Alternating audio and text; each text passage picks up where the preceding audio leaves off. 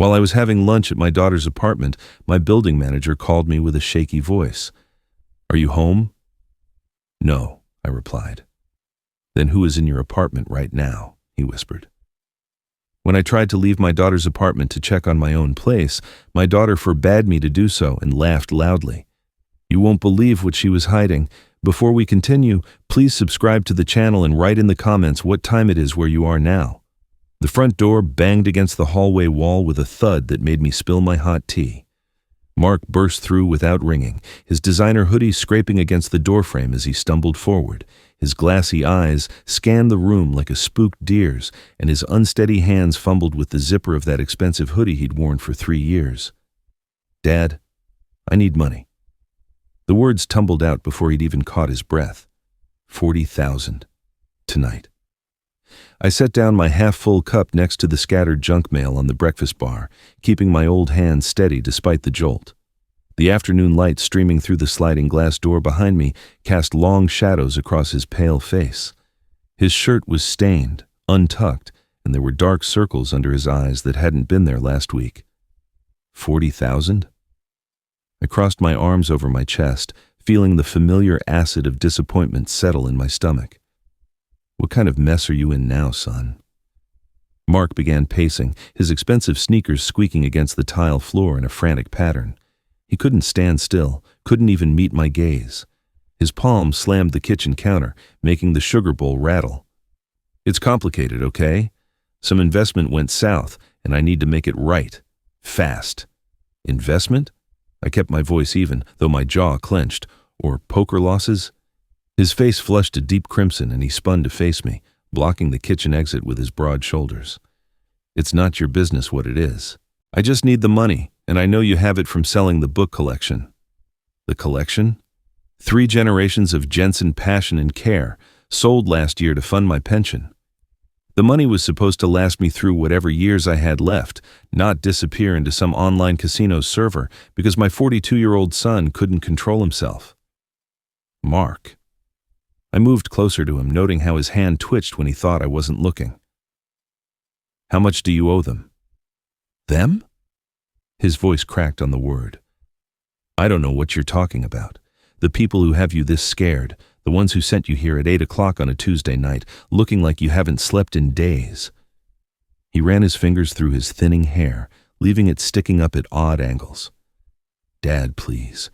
You don't understand.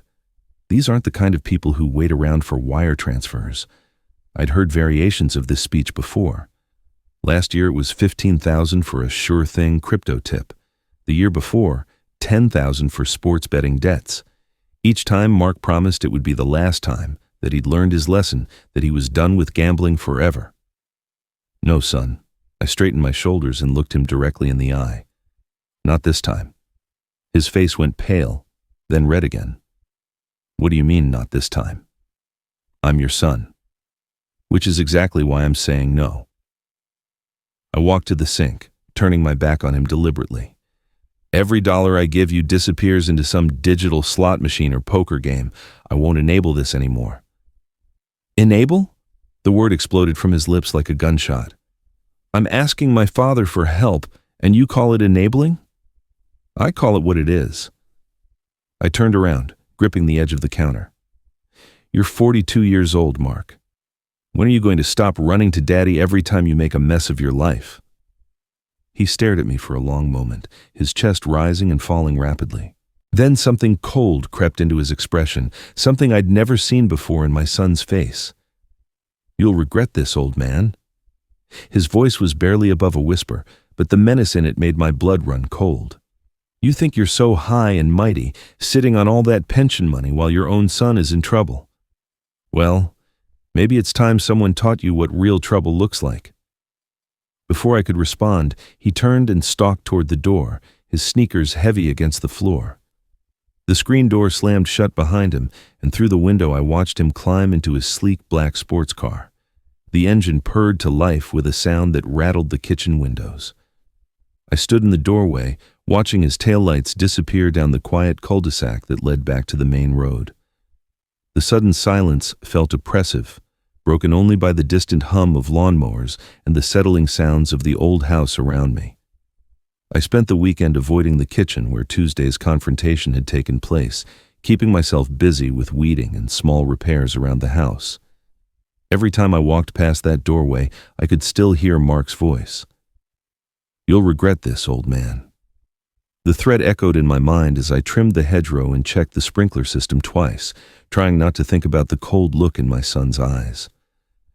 Tuesday morning found me in my favorite armchair in the living room, nursing a cup of tea that was growing cold on the side table.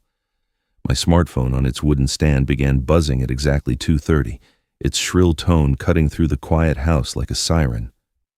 "Hello? Dad?" Mark's voice sounded different, warmer, almost cheerful. The harsh edge from last week had been replaced by something that reminded me of the boy he used to be. "Hey, I wanted to call and apologize for the other night. I was way out of line." I paused, raising my eyebrows at no one in particular. In 42 years, Mark had never called to apologize for anything without being prompted. My grip on the phone tightened. "Really? This is unexpected." I know. He laughed, but it sounded forced, like he was reading from a script he'd memorized. "I've been thinking a lot about what you said, and you're absolutely right.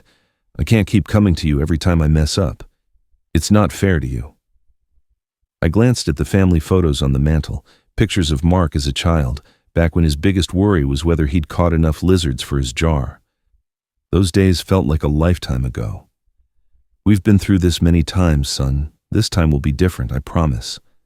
The enthusiasm in his voice was almost convincing. "Actually, that's why I'm calling. Claire and I want to have you over for dinner Thursday night. She's making that lasagna you like, with the garlic bread. We thought it might be nice to spend some time together as a family." Claire's lasagna was indeed excellent, and I found myself considering the offer, despite my better judgment. Maybe his wife's influence was finally starting to show. She'd always been the steadier one in their marriage, the voice of reason, when Mark's impulses got the better of him. "Thursday night," I repeated, reaching for a pen from the drawer in the side table. "What time?" 7 o'clock. We're at 55 Crescent Drive now. We moved last month. Remember, I told you about the new place. He hadn't told me about any new place, but I didn't correct him. It's the beige house with the brick facing, right across from the park. I wrote down the address on a sticky note, noting how quickly he rattled off the details. Most people pause when giving directions to their own home, visualizing the route or double-checking house numbers in their mind. Mark spoke like he was reading from a piece of paper. "Claire's really excited about having you over," he continued. "She keeps talking about how we need to be a real family again. You know how she is about family dinners and traditions." That much was true. Claire had always been the one to organize holiday gatherings and birthday celebrations, usually over Mark's protests that such things were too much trouble. It was one of the things I genuinely liked about my daughter-in-law. "Well," I said slowly, staring at the address I'd written, "I suppose I could come by." "Great. That's just great, Dad. We'll see you Thursday at 7 o'clock. And Dad, thanks for giving me another chance. I know I don't deserve it, but I'm grateful." The line went dead before I could respond. I sat there holding the phone, listening to the silence and staring at the sticky note in my other hand. Something about the conversation felt rehearsed, like Mark had practiced every word before dialing my number. But then again, maybe that wasn't such a bad thing. Maybe he'd finally realized he needed to put real effort into rebuilding our relationship. Maybe Claire had convinced him to swallow his pride and make things right. I hung up the phone and looked at the address again. 55 Crescent Drive. The paper felt light in my fingers, but somehow the weight of the decision pressed down on my chest like a stone. The evening news droned in the background as I picked at my dinner, Mark's invitation weighing on my mind like an anchor. Every few minutes, my eyes drifted to the sticky note on the coffee table where I'd written the address. 55 Crescent Drive. Even after I'd turned off the television and made my rounds through the house, checking locks with more care than usual, those numbers followed me. By 10 o'clock, I found myself lying on my bed, fully dressed except for my shoes, staring at the ceiling fan as it cast shifting shadows across the walls. The digital clock on my nightstand glowed red in the darkness. 10:47, then 11:23, then 11:58. Sleep wouldn't come. Every time I closed my eyes, I saw Mark's face from last week. Not the apologetic voice from today's phone call, but the cold stranger who'd threatened me in my own kitchen. The son I'd raised would never have looked at me that way. But then again, the son I'd raised wouldn't have needed $40,000 from loan sharks either. I thought about the last time Mark had called me from a poker club. 2 a.m, his words slurred from whatever he'd been drinking. "Dad, I need a ride home. My car's been towed." When I'd arrived, I'd found him stumbling around the parking lot, his wallet empty and his pride nowhere to be found. He'd slept in my passenger seat the entire drive home, snoring like the little boy who used to fall asleep during long car trips to visit his aunt. The boy who'd spent summer afternoons in my workshop, handing me tools and asking endless questions about gears and circuits. The teenager who'd proudly shown me his first paycheck from the bookstore. The young man who'd promised to make something of himself, to be better than the small-town life he'd inherited. When had that boy disappeared? When had gambling become more important than family, more important than self-respect? I got up and walked to the window, looking down at the street where Mark's car had sped out 5 nights ago. The pavement was empty now, lit only by the single streetlight at the corner. Somewhere out there, my son was planning something. I could feel it in my bones the way I used to sense humidity coming before a storm. But maybe I was wrong. Maybe today's phone call had been genuine. Maybe Claire really had convinced him to change, to make an effort at rebuilding what we'd lost. She was a good woman, steady and practical in ways that Mark had never learned to be. If anyone could straighten him out, it would be her. I returned to the bed and picked up the framed photo from my nightstand. Mark, at age 12, grinning gap-toothed next to the model rocket we'd built together in the workshop. His hands were dirty with paint and his eyes sparkled with the pure joy of accomplishment. That boy had believed anything was possible if you worked hard enough for it. Maybe some part of that boy still existed. Maybe Thursday night's dinner would be the first step toward finding him again. The clock read 12:34 when I finally felt my eyelids growing heavy. I clutched the photo against my chest and let myself drift toward sleep. Though an uncomfortable feeling I couldn't quite name continued to gnaw at the edges of my consciousness. Tomorrow would bring whatever it brought. For now, I had to try to trust that my son still existed somewhere inside the desperate man who'd stood in my kitchen demanding money. Sometimes you have to try. Sometimes trust is all a father has left. Wednesday morning found me standing at the kitchen sink with my tea mug, staring out at the street through the window above the faucet. Sleep had been elusive after Tuesday night's phone call, my mind cycling between hope and skepticism like a so earnest, but 42 years of watching my son had taught me to distinguish between genuine remorse and practice performance. The unfamiliar sedan caught my attention immediately. It sat parked where no vehicle usually belonged, across from Mr. Gable's hydrangea bush, positioned with a clear view of my driveway. The morning dew still clung to its windshield, suggesting it had been there overnight. I'd noticed it yesterday evening when I'd stepped out to bring in the recycling bins, but assumed it belonged to someone visiting the neighborhood. Through the driver's side window, I could make out a figure hunched over the steering wheel. The man's fingers drummed nervously against the dashboard, and every few seconds he'd glance up and down the street as if checking for something or someone. I set my tea down and walked outside, my slippers crunching on the driveway pavers. The morning air was crisp, filled with the sounds of birds and the distant hum of traffic on the highway. As I approached the sedan, I could see the man more clearly, middle-aged with thinning hair and the kind of pale complexion that suggested he spent most of his time indoors. Knocking gently on the driver's window, I waited as the man jumped slightly and rolled down the glass. His eyes were bloodshot, and there was a nervous energy about him that reminded me of a rabbit caught in headlights. "Morning," I said, keeping my tone friendly and neighborly. "Everything okay? I noticed you've been parked here since yesterday." "Oh, yes, sir. Everything's fine." The man's voice pitched slightly higher than seemed natural, and he avoided direct eye contact. "Just having some battery trouble, waiting for it to cool down before I try starting her up again." I glanced at the sedan's Nevada license plates, which struck me as odd for someone having car trouble in an Oregon neighborhood. Battery trouble? I've got some delicate experience if you need a hand.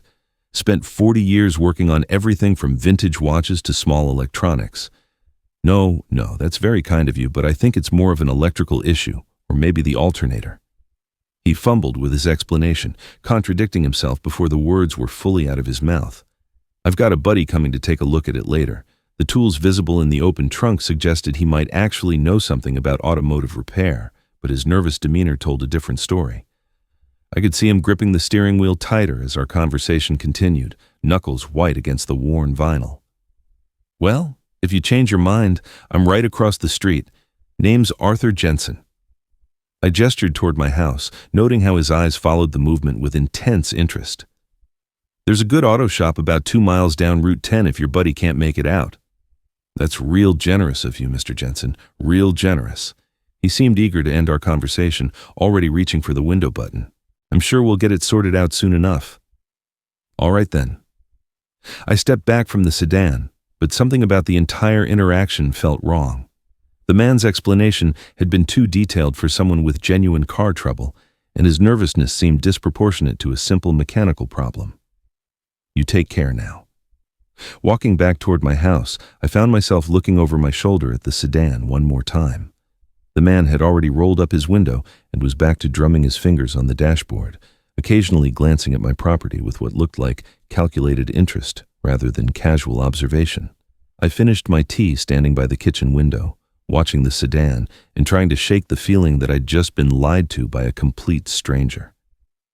The license plate number stuck in my mind, LMN 6702, though I couldn't say exactly why I felt it might be important to remember. By noon, when I went out to check the mail, the sedan was gone. Thursday arrived with the kind of spring weather that made everything seem possible. I'd spent most of the day alternating between anticipation and apprehension, the sedan incident from yesterday morning fading to a background concern as evening approached.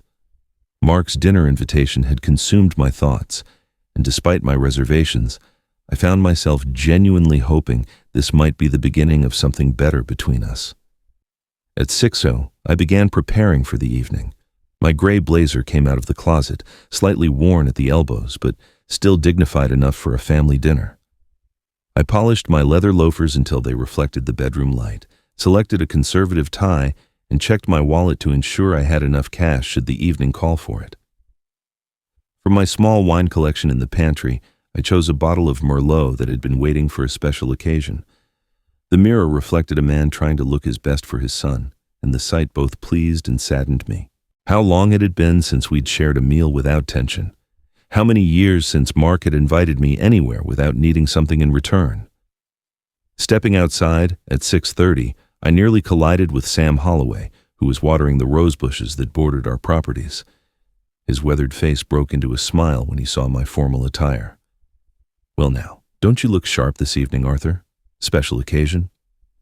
Mark invited me to dinner. I held up the wine bottle with what I hoped was casual confidence. First time in quite a while that we've done something like this. Sam's expression softened with genuine warmth. That's wonderful news. Family's the most important thing we've got, especially at our age. I'm glad to hear you two are working things out. We'll see how it goes. I appreciated his optimism, even if I couldn't fully share it. You know how these things can be. I do indeed. He turned off his garden hose and leaned against the fence post, but sometimes all it takes is someone extending a hand first. Sounds like Mark's trying to do that. The drive to Mark's neighborhood took me through the familiar streets of Arden, across the bridge that spanned the narrow river the town was named for. I'd driven these roads countless times over the years, but tonight they seemed different somehow, like I was traveling toward something significant rather than simply going from one place to another. Mark's new address led me into a subdivision I rarely visited, where the houses were newer and the lawns more manicured than in my older neighborhood. The homes here suggested a level of prosperity. That surprised me, given Mark's recent financial troubles. How was he affording a place like this? 55. Crescent Drive turned out to be a beige house with brick facing, exactly as Mark had described. The lawn was neatly trimmed, and warm light glowed from the windows, creating the picture of domestic contentment. I parked behind a blue hatchback that I assumed belonged to Claire, taking a moment to check my appearance in the rearview mirror. The wine bottle felt heavier in my hand as I walked up the front path. Through the large picture window, I could see movement inside, figures preparing for my arrival. The porch light came on as I approached the door, and I realized Mark must have been watching for me. Taking a deep breath, I pressed the doorbell and waited. This was it. The moment when we'd discover whether my son's invitation had been genuine or just another performance in a long series of disappointments. The sound of footsteps approached from inside, quick and eager. The door opened before the bell had finished chiming. Mark's smile was so wide it looked painful, stretching across his face with an intensity that immediately put me on guard. Before I could fully step onto the porch, he'd pulled the door open completely and was reaching forward to shake my hand with both of his. "Dad, you made it. Right on time, just like always." His voice carried that same artificially cheerful tone from Tuesday's phone call, pitched slightly higher than his normal speaking voice. Come in. Claire's been cooking all afternoon." Claire appeared beside him almost instantly, as if she'd been waiting just inside the doorway. Her hands fluttered nervously as she reached for the wine bottle, and I noticed they trembled slightly when she took it from me. "Mr. Jensen, it's so good to see you. This is such a beautiful wine. You really didn't need to bring anything, but it's so thoughtful." The words tumbled out of her mouth in a breathless rush, and she clutched the bottle against her chest like a shield. The interior of the house struck me immediately as overly prepared. Every surface gleamed with fresh cleaning, and I could smell the lingering scent of lemon polish mixed with cooking aromas. Fresh lilies sat in a crystal vase on the coffee table, expensive-looking flowers that seemed out of place in Mark's typically casual lifestyle. "Let me take your blazer, Dad." Mark was already behind me, helping me out of my jacket with the kind of attentive service I'd never experienced from him before. "You look great, really sharp. That tie brings out your eyes." The dining room had been transformed into something resembling a magazine photograph. China plates I'd never seen before were arranged with mathematical precision, flanked by silverware that caught the light from multiple candles scattered across the table. The overall effect was beautiful, but it felt more like a stage set than a family dinner. "Mark tells me you haven't seen the house since we moved in," Claire said, leading me toward the dining area. "We've done so much work on it. Mark's been incredibly handy with all the improvements." I followed her, noting how she avoided direct eye contact while speaking. Her movements were quick and efficient, but there was an underlying tension in the way she held her shoulders, as if she was bracing herself for something. The meal itself was impressive. Perfectly prepared salmon, roasted asparagus, and bread that was still warm. Everything was served on those unfamiliar china plates, and Mark made a show of opening my wine with a corkscrew that looked like it had been purchased specifically for the occasion. "A toast," Mark announced, raising his glass with theatrical flourish to second chances and family, to putting the past behind us and moving forward together. The wine was good, but I found myself studying my son's face as he drank. His eyes kept darting to his watch, quick glances that he probably thought I wouldn't notice. Each time he checked the time, his smile seemed to tighten slightly around the edges. "Tell me about your work, Mark." I cut into my salmon, which was cooked exactly how I preferred it. "Things going better for you lately?" "Much better, Dad. Much better." He launched into a vague description of online marketing and new opportunities that sounded rehearsed and completely lacking in specifics. "I've really turned things around," Claire can tell you. "I'm a different person now." Claire nodded enthusiastically, but her smile looked strained. "He's been working so hard, really dedicated to making positive changes." Her hands were busy throughout the conversation, constantly serving more food, refilling water glasses and adjusting napkins that didn't need adjusting. The conversation felt choreographed, with both Mark and Claire steering away from any topics that might lead to uncomfortable territory. When I asked about their finances or Mark's specific employment, the answers became even more evasive, filled with generalities and quick subject changes. "Remember when you taught me to fix the chain on that old Schwinn?" Mark's laugh sounded forced as he launched into a carefully selected childhood memory. I must have gotten more grease on my pants than actually made it onto the chain. These shared recollections felt different from natural family reminiscing, too polished, too deliberately chosen to present Mark in the most favorable light possible. It was as if he'd prepared a mental list of safe, positive memories to deploy whenever the conversation threatened to veer toward recent difficulties. Throughout the meal, I became increasingly aware that I was watching a performance rather than participating in genuine family time. Both Mark and Claire seemed to be working from a script, hitting predetermined emotional beats with the precision of actors who'd rehearsed their roles extensively. My phone rang as we were finishing the main course, its shrill tone cutting through Mark's story about potential client expansion opportunities. Both Mark and Claire froze for a fraction of a second before Mark's expression shifted to forced casualness. "Go ahead and answer it, Dad. Don't mind us." But as I reached for the phone, I caught something in Mark's eyes, a flash of genuine panic that he couldn't quite hide behind his practice smile. My phone's sharp ring sliced through the dinner conversation like a blade through silk. Mark's fork paused midway to his mouth, and Claire's hands froze while reaching for the wine bottle. The sudden silence felt heavy, broken only by the continued ringing that seemed louder with each pulse. "Sorry, let me just check who this is." I reached into my blazer pocket, feeling the vibration against my fingers. The caller ID showed Sam Holloway, and I felt a small surge of warmth seeing my neighbor's name. "Go ahead and answer it, Dad. Don't mind us."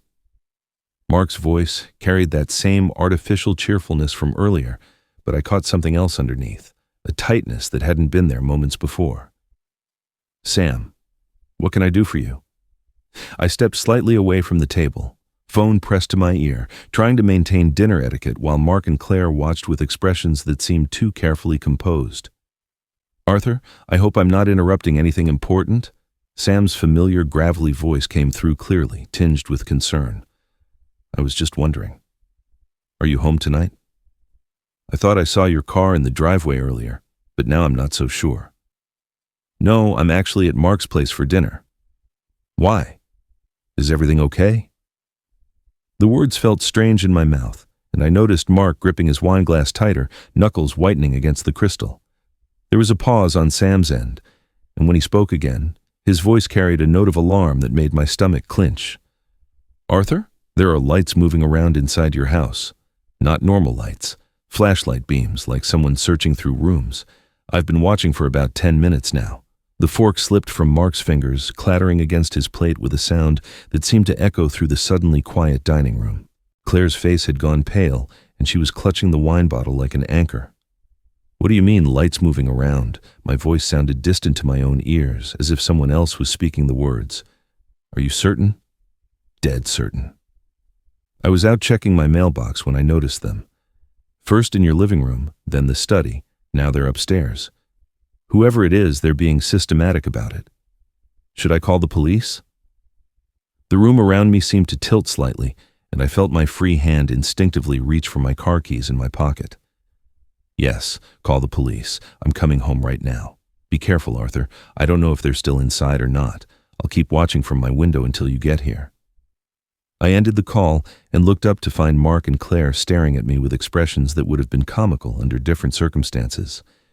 Mark's mouth hung slightly open, and Claire was still holding dishes she'd been clearing, frozen like a statue. "Someone's in my house," I announced, already moving toward where I'd left my blazer. "I need to get home right now." Mark's response came too quickly, his laughter pitched too high and too loud for the small dining room. "Oh, come on, Dad. Old Sam's probably just seeing headlights or something. You know how he gets. Always thinking he's still on neighborhood watch from his army days." The dismissive tone in my son's voice struck me wrong, especially coming so fast after Sam's worried call. I paused in putting on my blazer, studying Mark's face in the flickering candlelight. His smile looked strained, and there was something desperate in his eyes. "Sam's not confused, Mark. He knows the difference between headlights and flashlight beams moving through a house." I pulled my blazer on fully, checking that my keys were secure. "Someone's robbing my home while I'm sitting here eating dinner. Dad, please." Claire's voice was barely above a whisper, and her hands were trembling as she set down the dishes she'd been holding. Maybe there's some explanation. But I was already moving toward the front door, my mind racing with thoughts of what might be happening to my belongings, my memories, everything I'd worked for over the years. The timing felt wrong, too convenient, but I pushed that thought aside in favor of getting home to assess the situation. Mark rose from his chair so quickly it nearly toppled backward, his face shifting from fake concern to something that looked almost like panic. Mark's movement to block my path was swift but clumsy, his desperation finally breaking through the careful facade he'd maintained all evening. His hands came up in what might have been meant as a casual gesture, but his body language screamed panic. "Whoa, hold on there, Dad, you're getting all worked up over nothing." His laughter rang false in the small space, echoing off the walls with an edge of hysteria. Sam's 75 years old. The man probably can't see his own hand in front of his face at night. I stopped moving toward the door, not because Mark's words made sense, but because something in his tone reminded me of the boy who used to lie about broken toys and missing cookies, the same overeager explanations, the same desperate need to be believed despite obvious evidence to the contrary. "Mark, move aside." I kept my voice level but firm. Sam's eyesight is fine, and he's not the type to call about headlights. Someone is in my house. Look, okay, maybe he did see something. Mark repositioned himself more squarely between me and the door, his hands now openly placed on my shoulders in a gesture that felt more restraining than comforting. But think about it logically. If someone was really robbing houses, wouldn't they pick a time when people aren't having dinner? Wouldn't they watch the place first to make sure nobody's around? The words hit me strangely, too specific and knowledgeable for someone trying to reassure a worried father. I looked up at my son's face and saw something I'd never seen before, the cold calculation of someone who knew exactly what was happening and was desperate to prevent me from discovering it. "How do you know they didn't watch the place?" The question came out before I could stop it, and I watched Mark's expression flicker with something that might have been fear. That's what criminals do, right? They plan these things out." His grip on my shoulders tightened, and I realized he was physically preventing me from moving forward. "Dad, please. Let's just finish dinner and then drive over together. I'll come with you to check everything out." Behind Mark, Claire had gone completely still, a dish towel clutched in her white-knuckled hands. When our eyes met, she looked away immediately, but not before I caught the guilt written across her features as clearly as if she'd confessed aloud. "Get out of my way, son." The words came out harder than I'd intended, carrying decades of parental authority that Mark had always responded to as a child. "I'm going to check on my house now." "Dad, you're being unreasonable. Think about this rationally." "Rationally?" I stepped closer to him, close enough to see the sweat beading on his forehead despite the cool evening air. Rationally would be trusting my neighbor's word over the protests of a son who's lied to me more times than I can count. Mark's face flushed red, and for a moment I thought he might actually strike me. Instead, he moved even more directly into my path, using his size advantage to create a wall between me and the exit. "You're not going anywhere until we talk this through properly." His voice had dropped to a tone I'd never heard from him before. Cold, threatening, nothing like the desperate boy who'd sat in my kitchen 5 days ago begging for money. Mark William Jensen. I used his full name the way I had when he was a child, and had crossed a line that demanded immediate correction. "You will step aside and let me leave this house right now." "Or what? You'll call the cops on your own son?" He was breathing heavily, and I could smell the wine on his breath, mixed with something that might have been fear. "You'll destroy our family over some old man's paranoid fantasies?" But even as he spoke, I saw his eyes dart to the front door, then to his watch, then to Claire. The pattern was too specific to be casual anxiety. He was tracking time, measuring it against something else, something that required me to stay exactly where I was for a predetermined period. "It's not paranoid if someone's actually in my house, Mark." I took a step forward, testing his resolve. "And if you don't let me pass, I'm going to start wondering why my own son is so determined to keep me away from home on the exact night someone decides to rob it." The accusation hung in the air between us like poison gas, and I watched my son's face go through a series of micro-expressions: shock, guilt, anger, and finally a desperate sort of resignation that told me everything I needed to know. Mark's hand shot forward and twisted the deadbolt with a sharp metallic click that echoed through the hallway like a gunshot. The sound seemed to hang in the air between us, final and unmistakable in its meaning. He pocketed the key with deliberate slowness, his eyes never leaving mine. "You're not leaving, Dad. Not until we figure this out." The simple statement carried more menace than any threat he could have made. I stared at my son, this stranger wearing Mark's face, and felt something cold settle in my chest.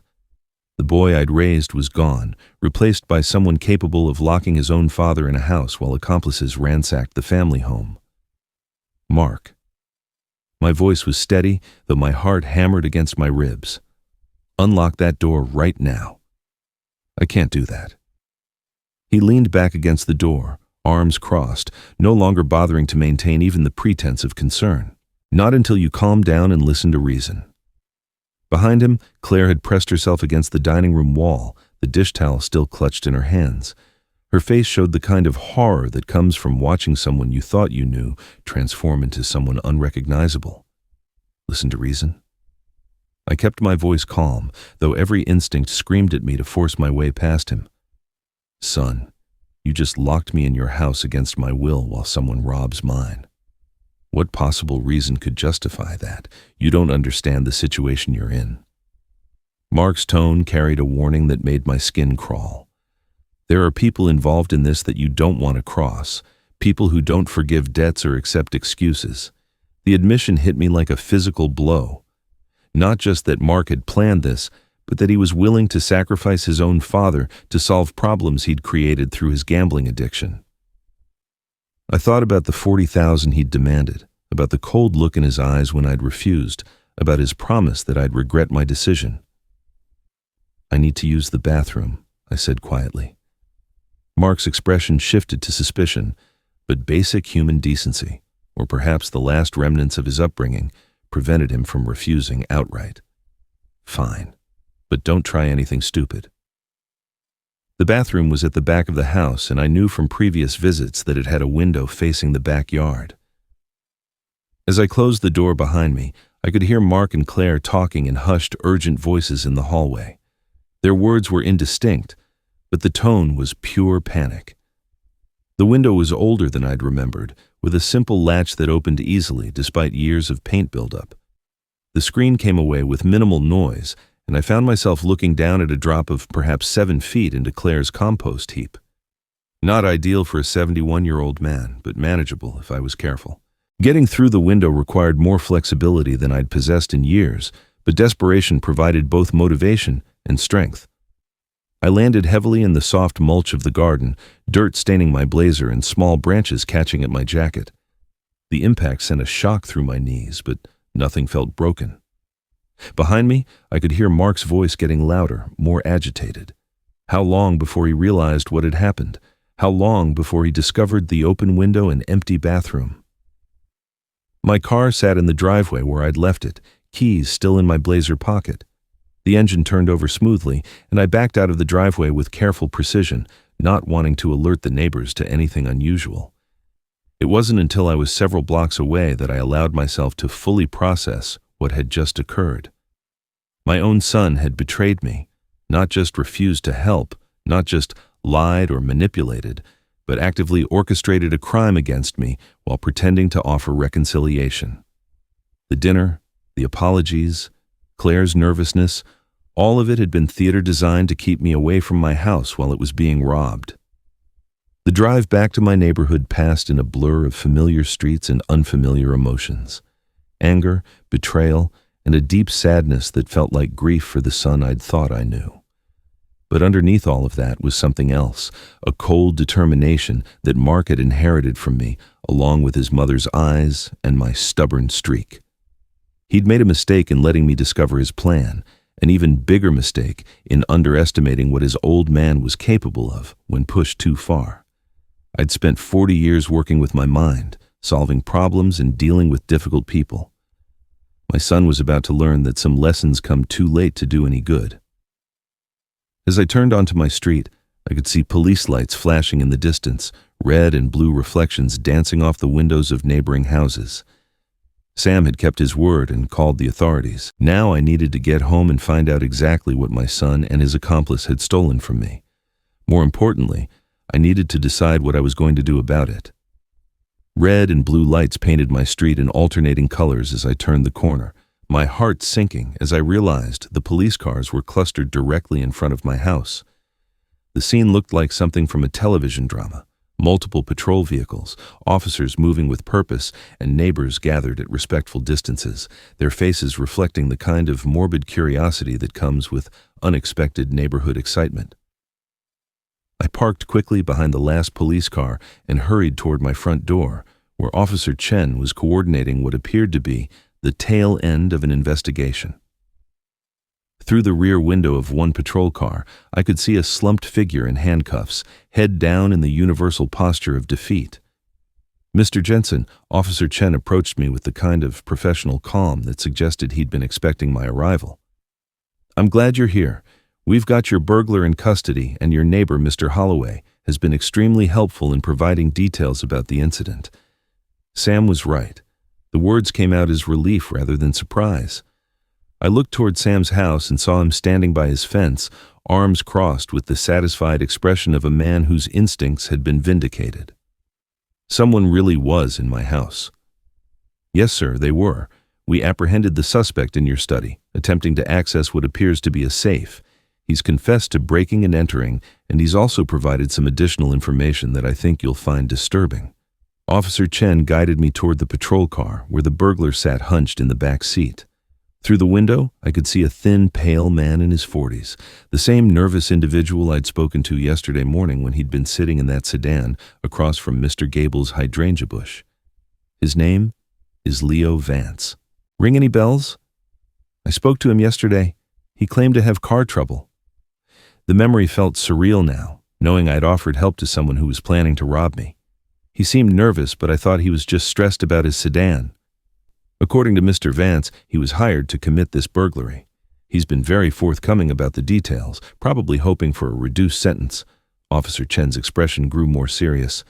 "Mr. Jensen, he claims your son Mark arranged this entire operation." The words hit me like a physical blow, even though some part of me had been expecting them since the moment I'd realized Mark was preventing me from leaving his house. Hearing it confirmed by law enforcement made it undeniably real. Mark hired him to rob my house while I was at dinner. The statement came out flat, emotionless, as my mind struggled to process the full extent of my son's betrayal. That's what he's telling us. Says Mark promised him $7,000 to get into your safe and retrieve $40,000 in cash.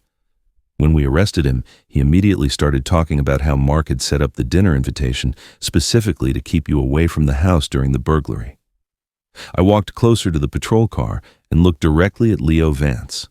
When he finally raised his eyes to meet mine, I saw shame and fear, but no real remorse.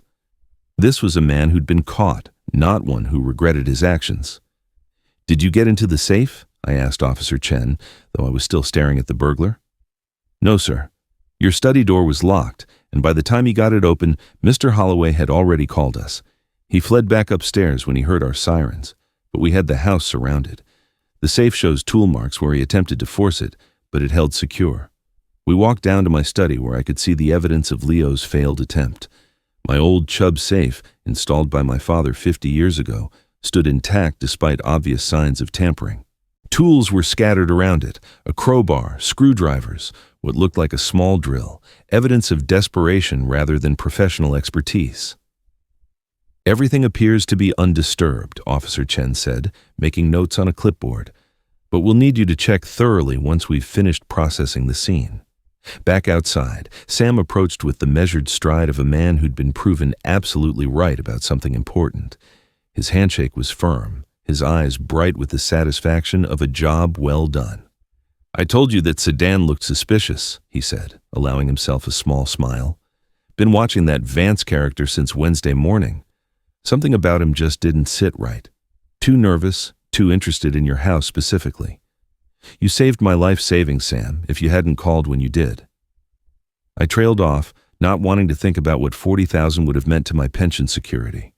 Any neighbor would have done the same thing, but his pride was evident and well-deserved. The important thing now is making sure this doesn't happen again and making sure everyone involved faces appropriate consequences. Officer Chen approached us again, his expression grave. "Mr. Jensen, we're heading to your son's house now to place him under arrest. Given Mr. Vance's confession and the evidence we've gathered, we have enough for charges of conspiracy to commit burglary, among other things. I need to ask, Do you want to press full charges against your son? I look back at my house, thinking about of trust, the elaborate deception, the cold calculation required to rob your own father. Then I looked at Sam, who'd risked his own safety to protect me and my property. Yes, the word came out hard and final. I want full charges pressed against Mark Jensen and against anyone else involved in this conspiracy. The drive to Mark's neighborhood felt different this time. Not the hopeful journey of a father seeking reconciliation, but the grim procession of justice finally catching up with deception.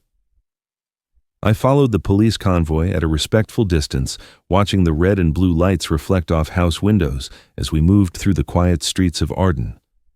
Mark's house was blazing with lights when we arrived, every window illuminated as if he was trying to push back the darkness that was closing in around him. Through the large picture window, I could see frantic movement, Mark pacing like a caged animal, Claire moving between rooms with what looked like suitcases in her hands. Officer Chen positioned his unit strategically around the house, professional and methodical in creating a perimeter that would prevent any escape attempt. I parked across the street, close enough to witness justice, but far enough to stay out of the way of police operations. The front door opened before Officer Chen could knock.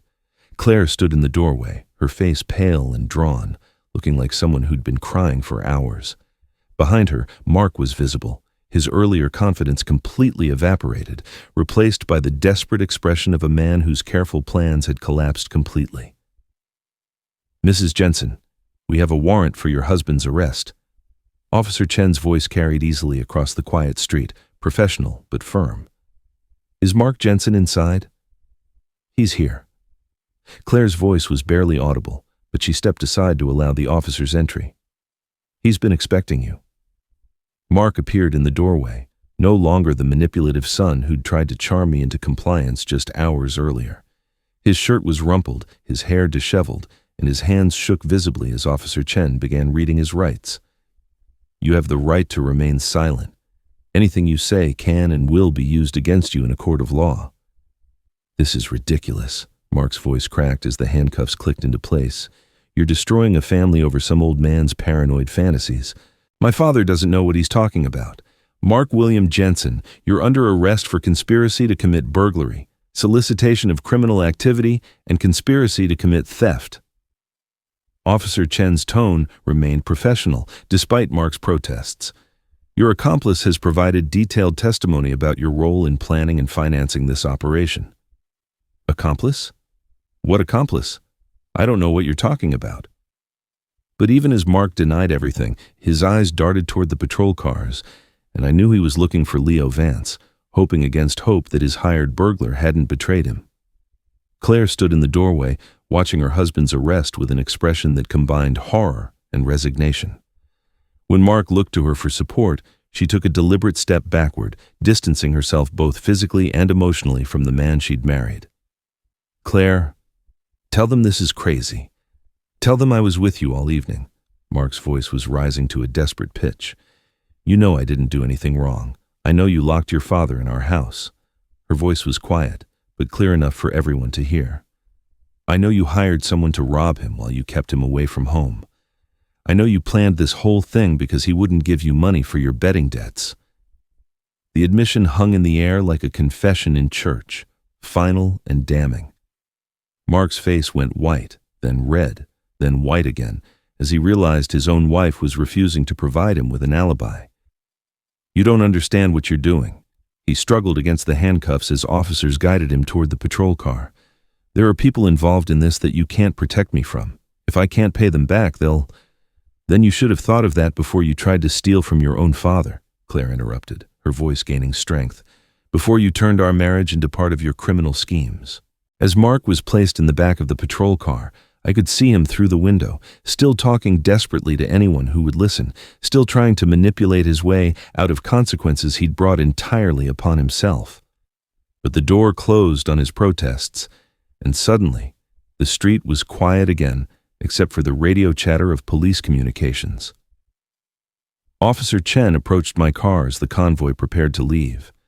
"We'll need you to come to the station tomorrow to finalize your statement, Mr. Jensen, but the case is solid."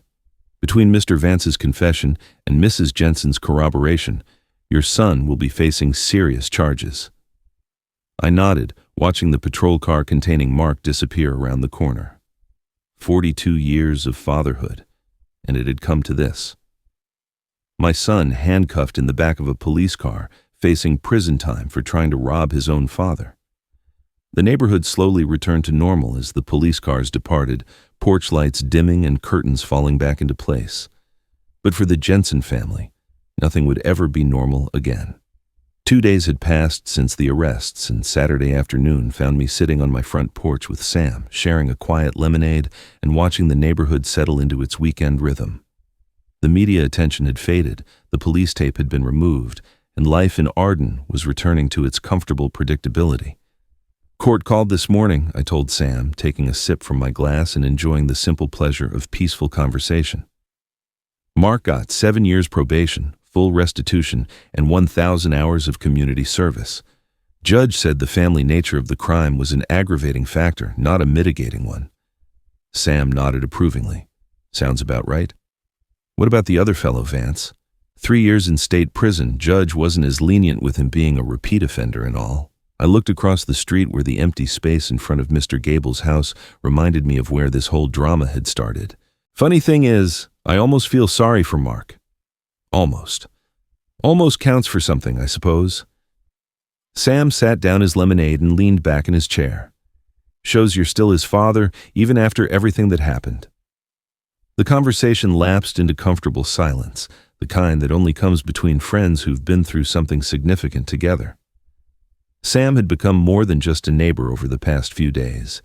He'd proven himself to be the kind of person you want living next door when trouble comes calling. "I keep thinking about that Wednesday morning," Sam said eventually.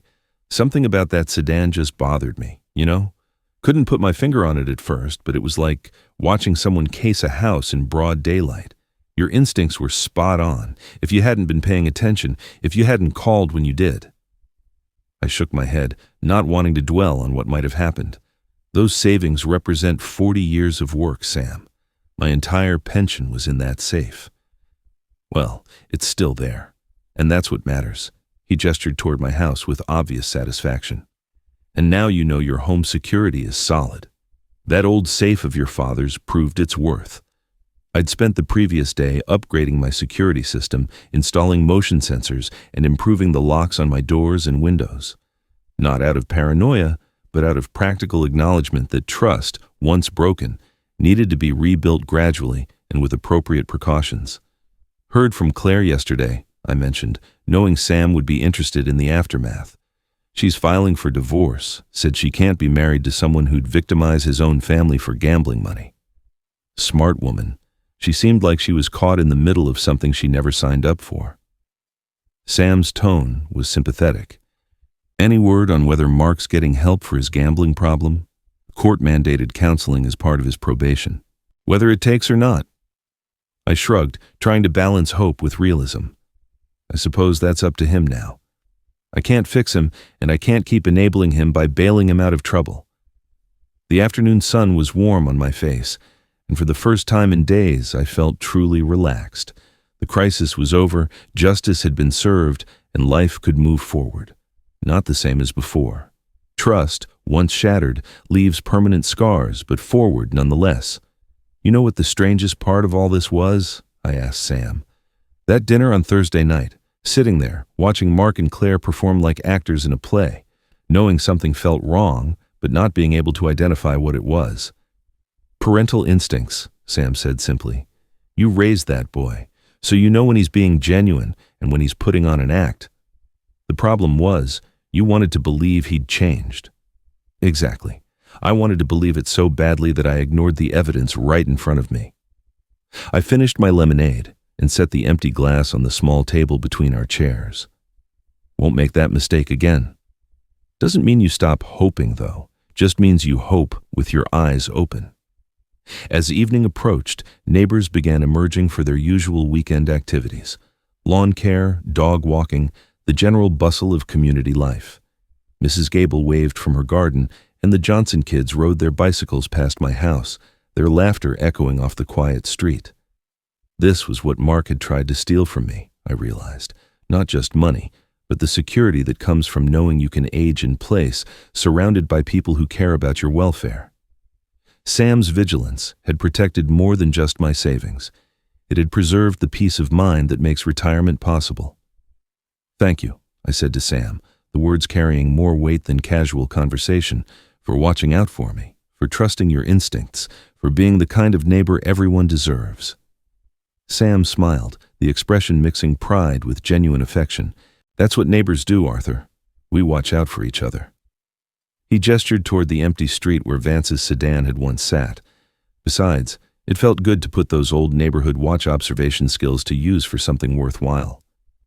The sun was setting behind the houses across the street, painting everything in golden light that suggested peaceful endings and new beginnings. Tomorrow would bring whatever it brought, but tonight I was exactly where I belonged, on my own front porch, with a friend who'd proven himself when it mattered most in a neighborhood that had shown its true character when tested.